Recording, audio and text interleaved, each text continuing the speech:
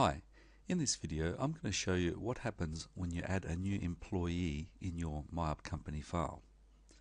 In a previous video we created the data set based on the payees that were currently in the MYOB file. Now since then we've added a new employee, and so I'm going to show you what happens when we next use STP Creator and how to add that employee to your data set. Firstly, we open the permanent data set. This is the one I want to use.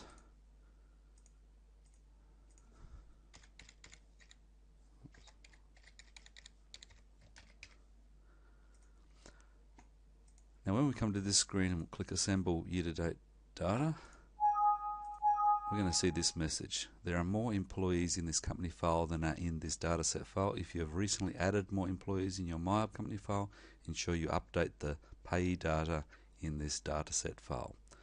The number of employees in your dataset file must agree with the number in your MYOB company file.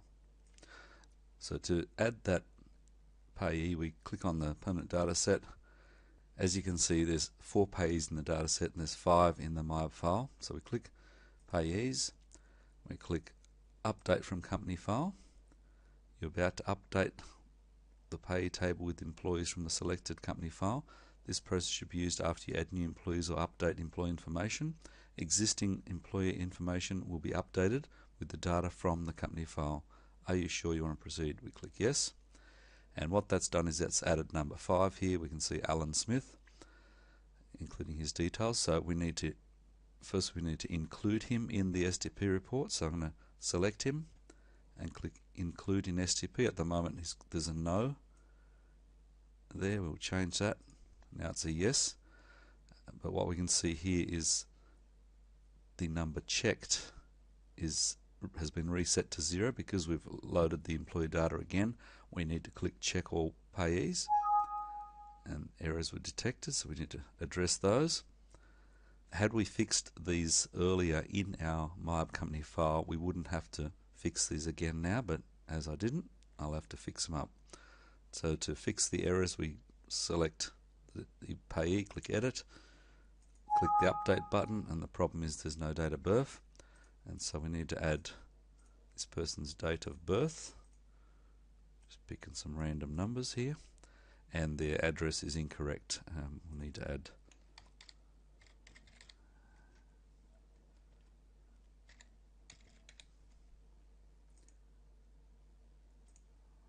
just remove that from there. Update, and the next one, edit, date of birth. Again, I'll just update this with some random numbers. Well, obviously you should use the correct date of birth. And we now save that, and the numbers now agree. Now, one other thing we'll need to do, because we have added a new employee who's commenced with us, we need to report the commencement date. So we need to go back to our STP fields and make sure that hired date has been ticked, or it wasn't, so we need to tick it and include the hired date.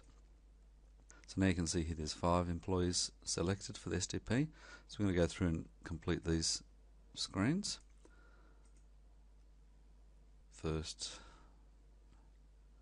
set the dates, correct, and then click the lodgement data. And as you can see, for Alan Smith, it shows hired date 22/5/19.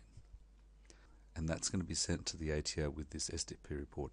If we had a TFN declaration for him, we could tick that and complete the details here and send that through all at the same time. But as we don't have a TFN declaration, we won't include that just yet. And so it's ready to send, and that's how you include a new payee in your dataset file. That's it for this video.